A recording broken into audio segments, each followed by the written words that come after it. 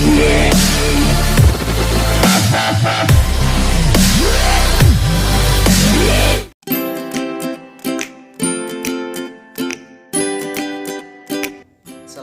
warahmatullahi wabarakatuh. Dengan saya di sini, perkenalkan, nama saya Faris Ari Febrianto.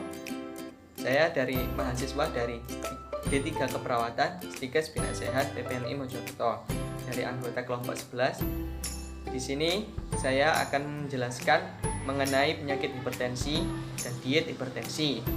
Tapi sebelum itu saya akan menjelaskan terlebih dahulu apa hal-hal yang perlu diperhatikan sebelum melakukan pengecekan tekanan darah agar memperoleh hasil yang maksimal.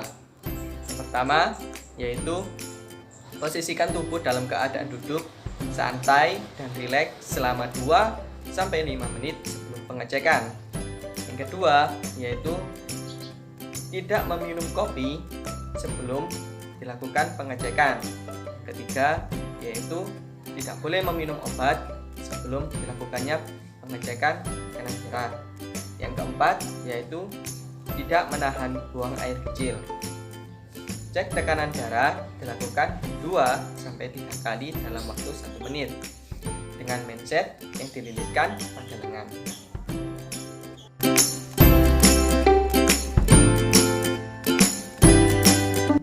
Di sini saya akan menjelaskan apa itu tekanan darah tinggi atau yang disebut hipertensi, yaitu suatu peningkatan tekanan darah sistoliknya yaitu sedikitnya 140 mmHg dan tekanan darah diastoliknya yaitu sedikitnya 90 mmHg. Nah, apa itu tekanan darah sistolik dan tekanan darah diastolik? Tekanan darah sistolik ialah ketika jantung berkontraksi dan mendorong darah melalui arteri ke seluruh tubuh, dan tekanan darah diastolik ketika darah di dalam arteri dan jantung berelaksasi. Dapat disimpulkan bahwa hipertensi yaitu tekanan darah sistoliknya lebih dari 140 mm hektogram, tekanan darah diastoliknya lebih dari 90 mm hektogram. Dengan satu kali kunjungan, dikarenakan tekanan darah bisa berubah sewaktu-waktu. Berdasarkan klasifikasi hipertensi, berdasarkan bentuknya, peningkatan klasifikasi tekanan darah sistolik tanpa diikuti tekanan darah diastoliknya, yaitu ditemukan pada usia lanjut. Untuk sebaliknya, tekanan diastoliknya tanpa diikuti tekanan sistoliknya, yaitu biasanya ditemukan pada anak-anak atau dewasa. Berdasarkan klasifikasi tekanan darah, untuk tekanan darah normal, tekanan darah sistoliknya yaitu 120, untuk tekanan darah diastoliknya 80. Untuk klasifikasi yang kedua yaitu adalah prehipertensi, tekanan darah sistoliknya 120 sampai 139, untuk tekanan darah diastoliknya yaitu 80 sampai 89. Klasifikasi hipertensi nomor 3 yaitu hipertensi derajat 1, yaitu di antara 140 sampai 149. Klasifikasi nomor 3 yaitu hipertensi derajat 1, untuk tekanan darah sistoliknya yaitu 140 sampai 149, untuk tekanan darah diastoliknya yaitu 90 sampai 99. Klasifikasi tekanan darah untuk nomor 4 yaitu hipertensi derajat 2, tekanan darah sistoliknya yaitu lebih dari 60 dan tekanan darah diastoliknya lebih dari 100.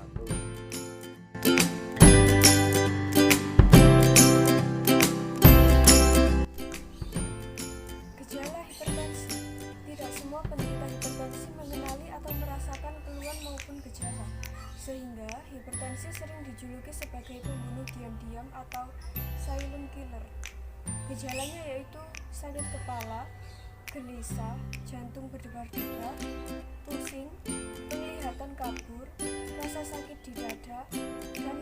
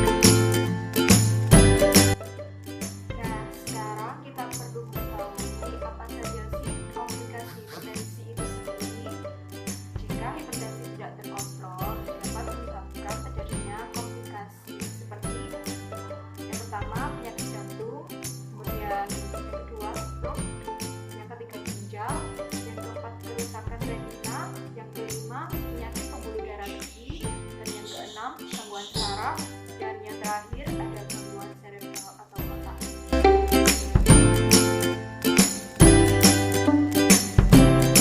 Cara mengobati penyakit hipertensi. Cara mengobati penyakit hipertensi ada dua, yaitu dengan cara minum obat dan mengatur pola hidup sehat.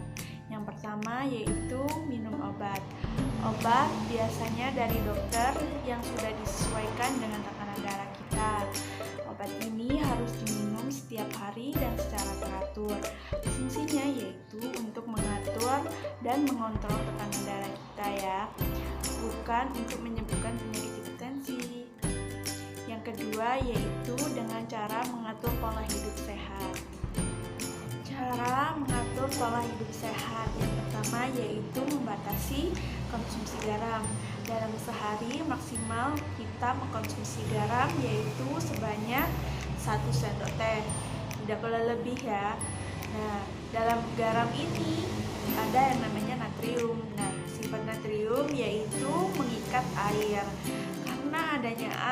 Karena adanya natrium dalam darah, nah itu bisa meningkatkan volume tekanan darah kita yang menyebabkan hipertensi tersebut atau tekanan darah tinggi. Yang kedua yaitu melakukan aktivitas fisik atau olahraga. Ini bisa dilakukan selama 30 menit atau lebih dalam sehari. Kita bisa lari-lari, jalan kaki, atau ada olahraga yang Bapak Ibu sukai. Ketiga yaitu menghindari asap rokok dan tidak merokok. Yang keempat yaitu makan makanan bergizi seimbang yang adanya karbohidrat, protein, hewani nabati, mineral, vitamin.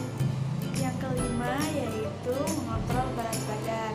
Berat badan tidak boleh berlebihan ya, ataupun obesitas. Hal tersebut bisa beresiko menyebabkan yang namanya hipertensi. Yang keenam yaitu menghentikan mengkonsumsi minuman alkohol atau minuman keras.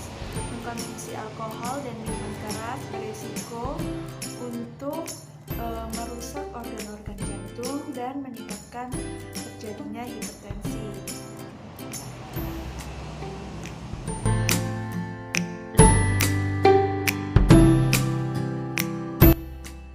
Perlu kita ketahui bagaimana sih diet untuk penderita hipertensi yang tepat guna untuk mengendalikan tekanan darahnya. Yang pertama, kita harus mengetahui bahan makanan apa saja yang diperbolehkan untuk dikonsumsi dan bahan makanan apa saja yang tidak diperbolehkan untuk dikonsumsi.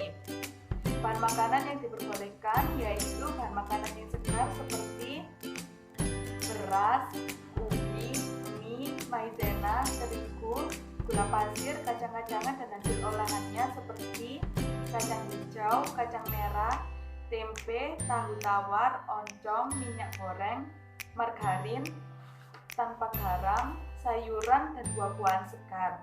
Bumbu yang dianjurkan yaitu bawang merah, bawang putih, jahe, kemiri, kunyit, kencur, laos, salam, serai, dan lain sebagainya. Hindari penggunaan micin atau MSG. Cara memasak yang dianjurkan yaitu yang pertama, dalam menumis atau memasak sebaiknya menggunakan mentega atau margarin yang tidak mengandung natrium atau garam. Untuk memperbaiki rasa yang tawar, dapat digunakan bumbu-bumbu seperti bawang merah, bawang putih, gula, cuka, kunyit, daun salam, dan asam. Dengan menggoreng, menumis, pepes, kukus, atau memanggang juga dapat menambah rasa masakan sehingga tidak terasa tawar.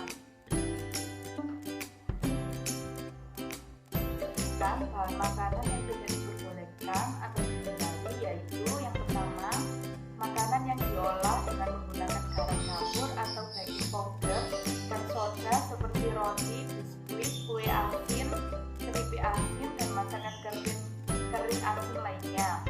Yang kedua yaitu makanan yang diolah dengan garam dapur atau diawetkan seperti ikan asin, dendeng, sosis, abon, edi, udang kering, terasi, telur asin, telur pindang, acar, asinan, dan tauco, daging asap, dan nugget. makanan yang diawetkan dalam kaleng seperti ikan sarden, kornet, sosis, sayuran, dan buah-buahan dalam kaleng. Bumbu seperti kecap asin, bumbu penyedap atau MSG, saus tomat, sambal sotol, dan minuman bersoda serta keju, margarin dengan natrium.